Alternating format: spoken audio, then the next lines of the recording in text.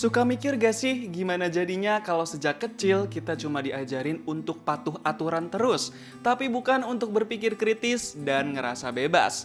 Apa jadinya kalau punya mimpi dan pilihan hidup sendiri dianggap sebagai suatu kesalahan?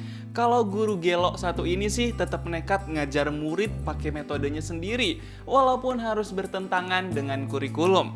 Tapi gara-gara itu, ternyata semua murid jadi tahu makna dan pilihan hidupnya sendiri. Inilah kisah tentang satu guru gelo yang mengajarkan murid-muridnya untuk berani sepenuhnya hidup menjadi manusia dalam film Dead Poets Society.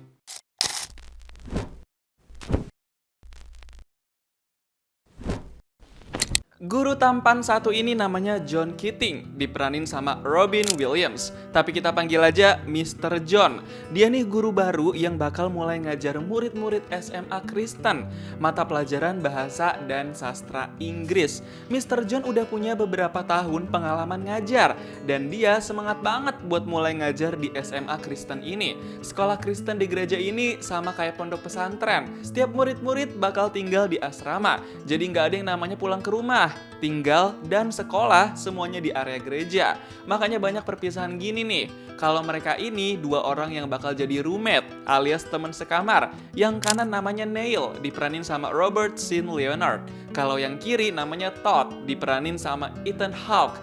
Mereka berdua sama-sama baru kenal. Neil tuh murid yang lumayan populer karena dia udah lama di sekolah itu. Dia juga orangnya emang gaul, jadi punya banyak teman. Pas Neil ngajak teman-temannya masuk ke kamar, Todd kerasa canggung karena dia orang baru sendirian di situ. Mana introvert banget tuh si Todd. Tapi untungnya habis itu teman-teman Neil ngajak Todd buat kenalan. I'm sorry, my name is Stephen Meeks. Oh, this is Todd Anderson. Nice to meet you. Nice to meet you. Shirley Dalton, Knox Overstreet. Ya, hafalin aja dah tuh namanya. Ada Stephen, Charlie, sama Knox. Walaupun udah kenalan, tapi Todd masih canggung. Namanya juga introvert ya, pelan-pelan dulu baru bisa akrab. Besoknya murid-murid SMA udah mulai kelas kayak biasa. Mereka mulai belajar lagi. Tapi sebenarnya murid-murid SMA tuh udah pada bosen sama cara ngajar guru di situ yang monoton. Disuruh hafalan, dikasih banyak PR, kayak nggak ada metode yang lain yang bangkitin semangat belajar gitu. Sampai akhirnya pas kelas bahasa sastra Inggris yang diajar sama guru baru Mr. John. Semuanya bakal beda dan berubah. Pas masuk kelas aja, Mr. John kelihatan aneh gitu. Malah kayak ngelawak karena beda dari guru biasanya.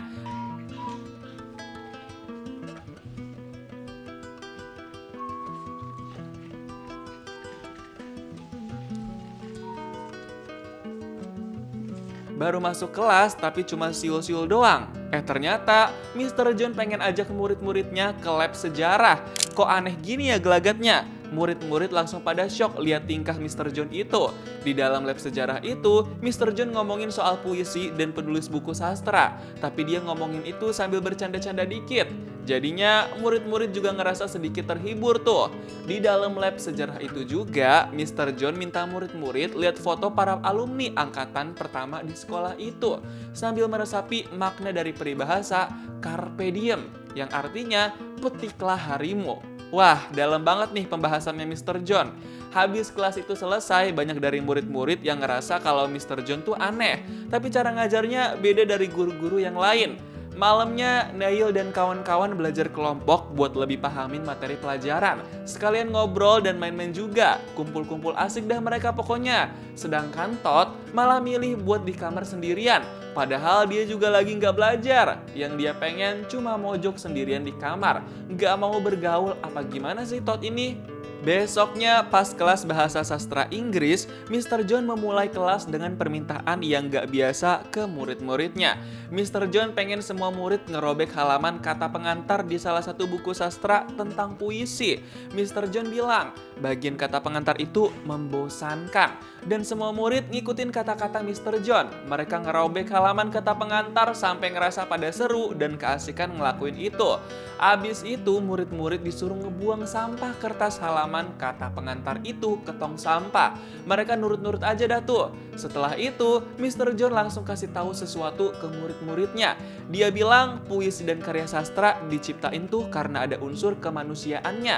Bukan cuma soal puitis atau cinta-cintaan. Semua murid bener-bener serius serius ngedengerin wejangan Mr. John. Pas jam makan siang, Neil bilang ke gengnya kalau dia habis dari perpustakaan buat ngeliat buku alumni. Dan di buku itu ada Mr. John. Teman-teman satu gengnya langsung pada penasaran tuh. Mereka paling penasaran sama arti kata-kata yang ditulis sama Mr. John di buku itu. Kata-kata itu adalah Dead Poets Society. Mereka nggak tahu itu artinya apa. Jadinya pas sore-sore jam pelajaran udah selesai, Neil dan kawan-kawan nyamperin Mr. John buat nanya apa arti Dead Poets Society. Dan Mr. John bilang Dead Poets Society itu perkumpulan geng dia sama teman-teman sekolah di masa lalu.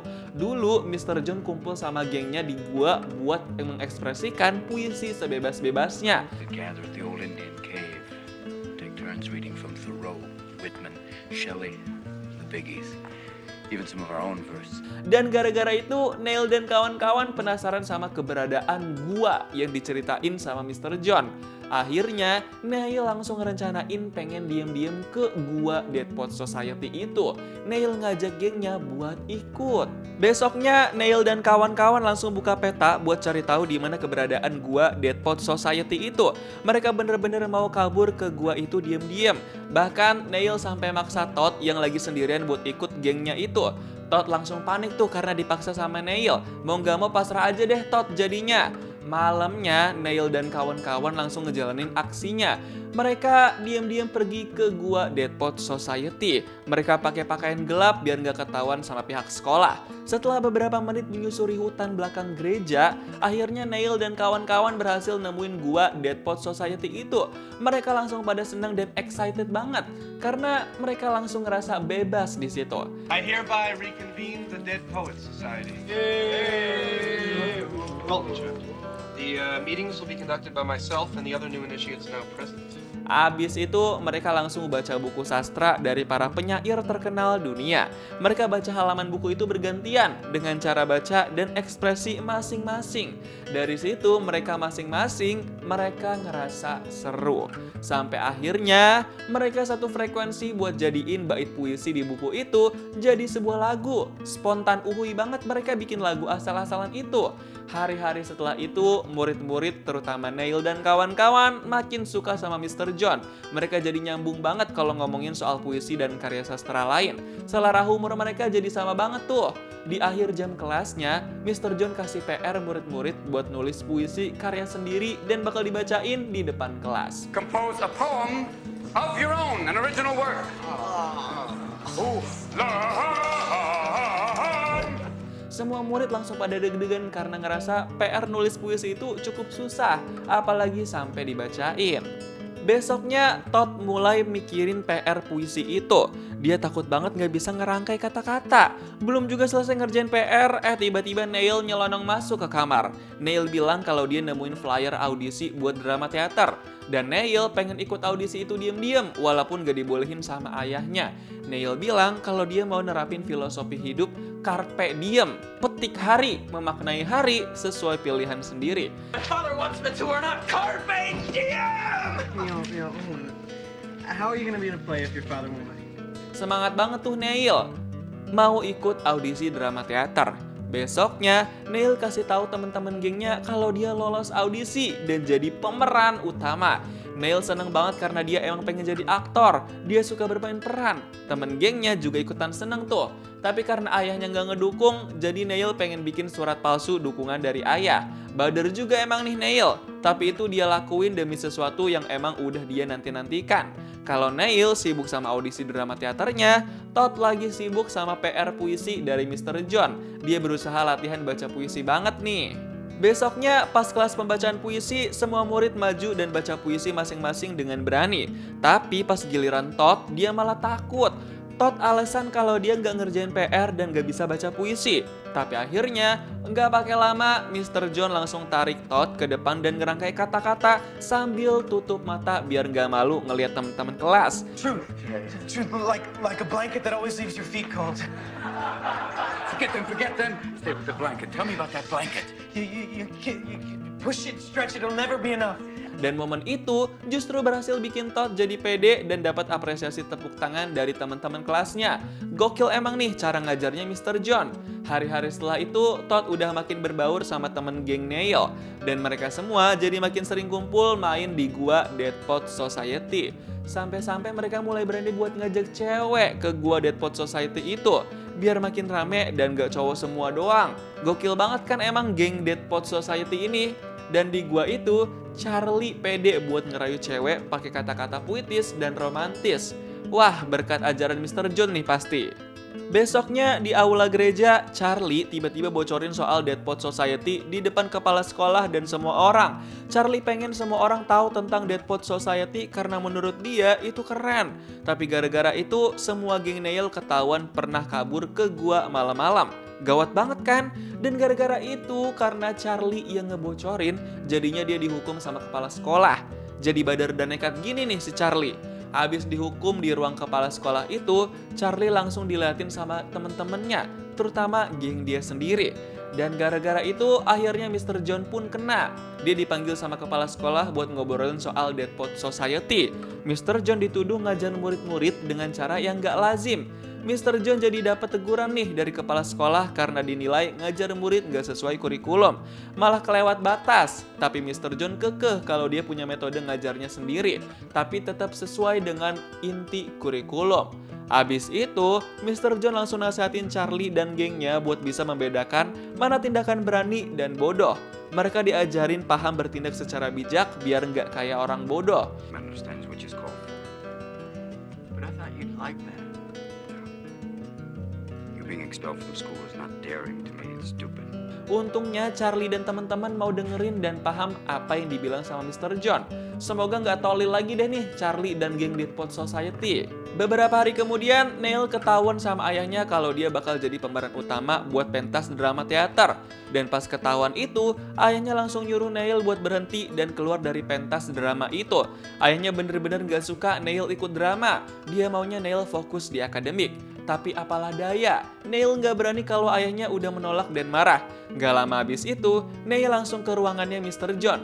Dia mau curhat sama Mr. John soal ayahnya yang nolak dia main drama teater. Padahal Neil pengen banget acting jadi pemeran utama di pentas drama teater. Acting's everything to me. But he doesn't know. I can see his point. We're not a rich family like Charlie's. Menanggapi curhatan Neil itu, Mr. John bilang kalau Neil harus berusaha bilang sendiri passion dia ke ayahnya. Dia harus berani ungkapin dan jujur soal perasaannya itu. Karena itu satu-satunya cara supaya ayahnya bisa paham. Besoknya, Mr. John tanyain lagi kabar Neil gimana soal pentas drama. Neil bilang kalau dia udah jujur ke ayahnya dan ayahnya tetap gak suka. Tapi Neil dibolehin buat main pentas drama itu, walaupun ayahnya izinin secara terpaksa. Tapi Neil tetap bersyukur dan senang. Besoknya, Neil mulai bermain peran di pentas dramanya. Dan teman-teman gengnya ikut nonton buat ngedukung Neil sebagai sahabat sejati. Neil kelihatan bisa acting banget di panggung itu. Bahkan di situ juga ternyata ada ayahnya Neil yang diam-diam nonton dari atas. Dia penasaran kali ya acting anaknya kayak gimana. Neil kelihatan banget pengen nunjukin ke ayahnya kalau dia bisa acting. Pas udah selesai, pentas drama itu dapat banyak tepuk tangan dari penonton. Mereka semua suka sama acting Neil di atas panggung. Keren banget kan? Tapi habis itu, Neil langsung diseret buat pulang sama ayahnya. Wah, kelihatannya si ayah masih belum suka nih sama apa yang dilakuin Neil. I have to stay in the car. Edie, you stay away from my son. Neil! Neil! Mr. Perry, come on! Lihat sendiri kan, ayahnya aja sampai marah juga ke Mr. John yang lagi muji-muji bakat aktingnya Neil. Pas sampai di rumah, Neil sama ayahnya berdebat keras. Mereka saling berargumen. Bahkan si ayah bilang kalau dia udah bikin surat pengunduran diri buat Neil biar bisa pindah ke sekolah lain. Gila banget kan? Pas di kamar, Neil ngerasa stres banget. Dia nggak tahu mau ngapain lagi. Semua usahanya ditolak mentah-mentah sama sang ayah. Tanpa berpikir dengan jernih, Neil memutuskan buat menghilangkan nyawanya sendiri. Dia udah nggak tahu mau ngelakuin apa lagi di dunia ini kalau semua dilarang sama ayahnya. Pas mengetahui itu, si ayah langsung shock. Dia kaget sekaget-kagetnya karena Neil bener-bener udah metong. Si ayah langsung nangis dan menyesal. Begitupun ibunya Neil juga ikut nangis kejer pas ngeliat keadaan anaknya sendiri. Malam itu juga kabar itu langsung menyebar. Charlie bangunin Todd yang lagi terlelap. Dia langsung kaget karena ngeliat temen-temennya udah pada netesin air mata. Pagi-paginya, Todd baru ngerasa sedih banget. Dia ngerasa kehilangan Neil. Dia sangat-sangat empati sama apa yang dirasain Neil. Dia nggak terima Neil udah nggak ada di dunia ini.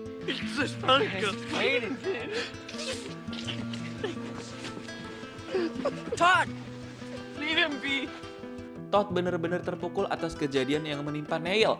Bukan cuma teman gengnya doang, Mr. John juga sedih banget atas kejadian metongnya Neil. Bahkan Mr. John juga ngerasa sedikit bersalah. Seluruh murid sekolah dan para pihak sekolah juga berduka cita atas metongnya Neil. Mereka merasa sedih atas tragedi yang tragis itu. Gak lama setelah itu, setiap murid dari geng Dead Pot Society dipanggil sama kepala sekolah buat ditanya-tanya soal Mr. John. Karena kepala sekolah curiga kalau penyebab Neil melakukan tindakan tragis itu karena ada pengaruhnya Mr. John. Ngaco banget kan tuh kepala sekolah? Pas giliran Todd yang dipanggil ke ruang kepala sekolah, dia ngerasa bimbang banget mau jujur atau enggak. Soalnya resikonya adalah dia bakal dikeluarin dari sekolah atau enggak menandatangani surat pernyataan soal Mr. John. Si kepala sekolah pengen pecat Mr. John karena menilai ada pengaruh buruk buat murid-murid. Karena Todd dan teman-teman lain juga tertekan. Jadinya mereka semua tanda tangan surat pernyataan tentang Mr. John itu. Duh, kok jadi gini ya? Gak lama setelah itu, akhirnya Mr. John resmi dipecat dari sekolah Kristen itu. Mr. John sedih banget, tapi mau gimana lagi, dia juga gak bisa berkutik. Pas Mr. John mau keluar dari kelas dan sekolah, tiba-tiba Todd langsung membela Mr. John di depan kepala sekolah. Todd dalam hatinya ngerasa Mr. John gak salah apa-apa. Sit down, Mr. Anderson. One more outburst from you or anyone else, and you're out of this school. Leave, Mr. Keating. Si kepala sekolah langsung nyuruh Todd buat diem dan ngusir Mr. John dari ruang kelas. Tapi tiba-tiba, semua murid langsung pada berdiri di atas meja buat nunjukin kalau mereka membela dan berada di pihak Mr. John. Gila, akhirnya mereka semua berani jujur kan? Saat itu juga, Mr. John bilang terima kasih ke semua muridnya. Dan semua muridnya ngerasa puas bisa membela Mr. John. Dead Pot Society bukan film tentang puisi, ini film tentang keberanian, tentang anak-anak yang terlalu muda untuk menentukan hidup, tapi dipaksa menanggung akibatnya. Film ini mengingatkan kita, pendidikan tanpa empati, mimpi tanpa ruang, hanya akan melahirkan tragedi. Dan mungkin yang paling menyakitkan adalah Neil tidak metong karena lemah, dia metong karena tidak diberi pilihan. Gimana nih pendapat kamu tentang film Dead Pot Society? Coba tulis di kolom komentar dan kasih tahu kamu mau diceritain alur film apa selanjutnya.